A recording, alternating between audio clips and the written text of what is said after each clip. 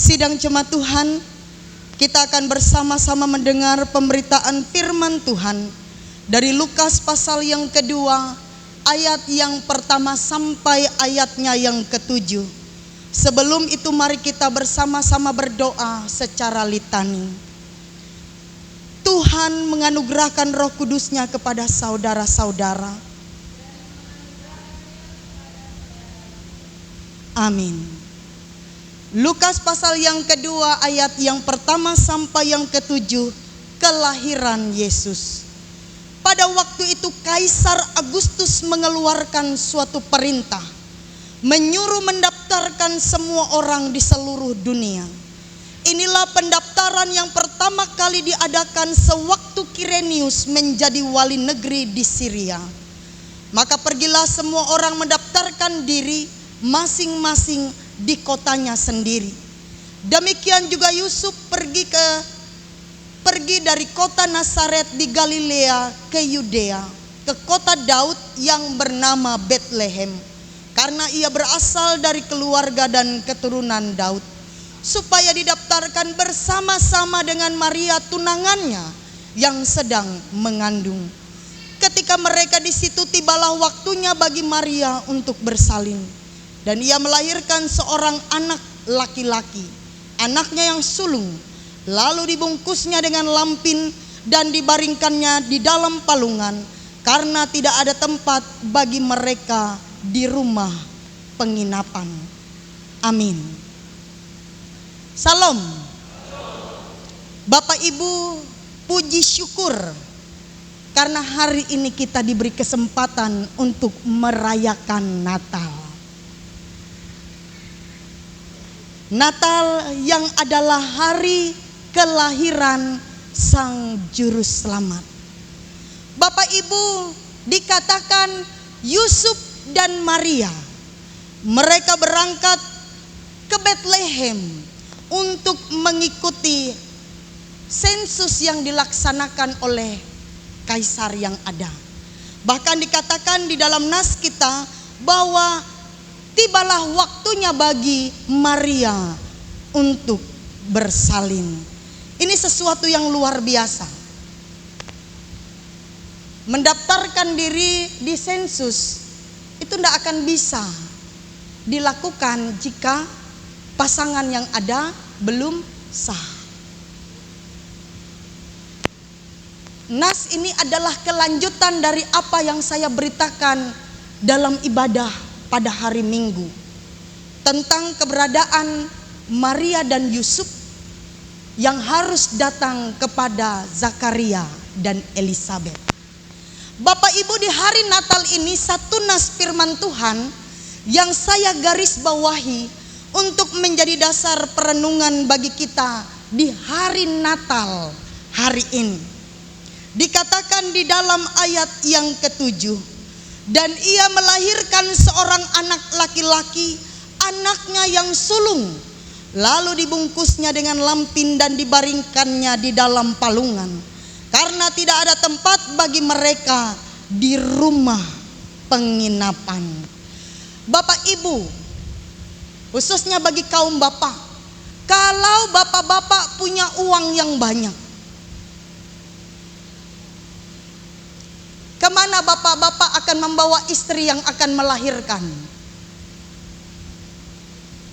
Di sebuah kandang domba? Oh maaf, uang banyak. Di tempat yang biasa? Mungkin tidak. Kalau ada kesempatan, saya yakin bapak-bapak akan membawa istri bapak-bapak ke tempat yang terbaik, di mana fasilitas lengkap, keselamatan dalam tanda kutip terjamin,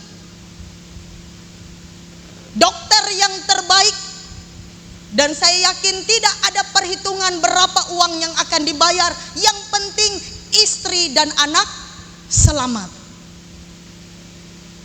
Tetapi lihatlah, Tuhan dan Juru Selamat, ia lahir di kandang domba, di tempat yang begitu sederhana. Padahal yang lahir ini adalah pemilik dari seluruh dunia. kesederhanaan, karena Allah ingin berbicara kepada kita umatnya bahwa Ia ingin menyentuh seluruh umat manusia di dalam karya penyelamatan yang Ia lakukan. Ia tidak lahir bagi para bangsawan, orang-orang kaya, para penguasa yang ada pada waktu itu. Ia tidak lahir sebagai seorang raja yang dimuliakan dengan luar biasa. Coba kalau anak presiden yang lahir, kita akan saksikan bagaimana orang menyambut kelahirannya. Coba kalau anak seorang pengusaha kaya, pasti ada tata cara dan lain sebagainya yang dilakukan. Tetapi ketika Yesus lahir di kandang domba yang begitu sederhana, Ia sedang memberi pesan bahwa Allah yang Maha Kuasa merendahkan dirinya, mengosongkan dirinya, menanggalkan segala kealahannya, turun ke dalam dunia ini menjadi sama dengan kita. Yesus sedang mengajarkan kepada kita tentang satu hal. Apa itu? Kerendahan hati. Jadi melalui nas firman Tuhan di hari Natal pada pagi hari ini, memaknai Natal yang kita laksanakan di tahun ini, di bulan ini, di hari ini, kita diajak di dalam ayat yang ketujuh untuk mengikuti teladan Tuhan Yesus yang datang ke dalam dunia ini dalam kesederhanaan, dengan kerendahan hati, supaya kita manusia yang berdosa dibenarkan di hadapan Allah. Ia menanggalkan semuanya untuk kita, sehingga kita layak berada di hadapan Bapa di sorga. Hari ini kita merayakan Natal. Apa kado terbaik yang bisa kita berikan kepada Tuhan, Bapak Ibu? Makanan yang kita siapkan itu bukan untuk Tuhan, itu untuk kita dan tamu kita. Kalau makanan kita banyak, enak, yang dipuji siapa? Ya tuan rumah. Sate di wadah Mama Hosi nyaman, sop di wadah Bu Juani nyaman. Itu pujian untuk kita. Kalau kita pakai baju bagus, mak bungasnya si itu, mak bungasnya si ini, bajunya keren, kita yang dipuji. Sekarang pertanyaan kita, apa hadiah Natal yang kita berikan kepada Tuhan karena hari ini kita merayakan Natalnya? Bapak Ibu senang enggak kalau di hari ulang tahun Bapak Ibu dikasih hadiah? Hari ini ada beberapa orang yang ulang tahun ya. Senang enggak Bapak Ibu? Pasti senang. Begitu juga dengan Tuhan Yesus. Dia senang kita memberikan hadiah kepadanya. Tetapi ingat baik-baik, bukan emas, permata, uang, atau apapun yang Bapak Ibu siapkan untuk dia di rumah. Dia tidak membutuhkan itu, karena dia yang memberikan itu semua kepada kita melalui rejeki berkat yang kita terima dalam hidup kita. Dia yang berikan. Lalu apa yang dapat kita berikan sebagai hadiah Natal kepada Kristus? Hidup kita ini. Jika Yesus datang ke dalam dunia ini, Ia Allah yang mau merendahkan diri, maka maukah kita meniru teladan Tuhan Yesus, hidup dalam kerendahan hati? Ini tidak mudah. Apalagi kalau kita punya kekuasaan, kita punya uang, kita punya pangkat dan jabatan, tidak mudah bagi kita merendahkan diri. Tetapi kita bisa belajar dari Tuhan Yesus. Dia adalah Allah. Ujar orang Banjar, yang mucil-mucil. Bapak Ibu paham mucil-mucil? Yang ngalih diurus. Kalau Tuhan mau sedikit dia jentikkan jarinya, kita selesai. Tetapi ia tidak melakukannya, ia tidak membiarkan kita binasa, melainkan ia datang untuk menyelamatkan dan membenarkan kita.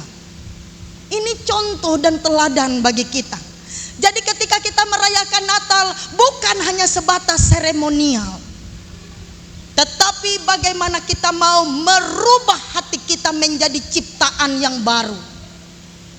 Bagaimana kita mau memberi hidup kita seperti Kristus yang memberi hidupnya bagi dunia.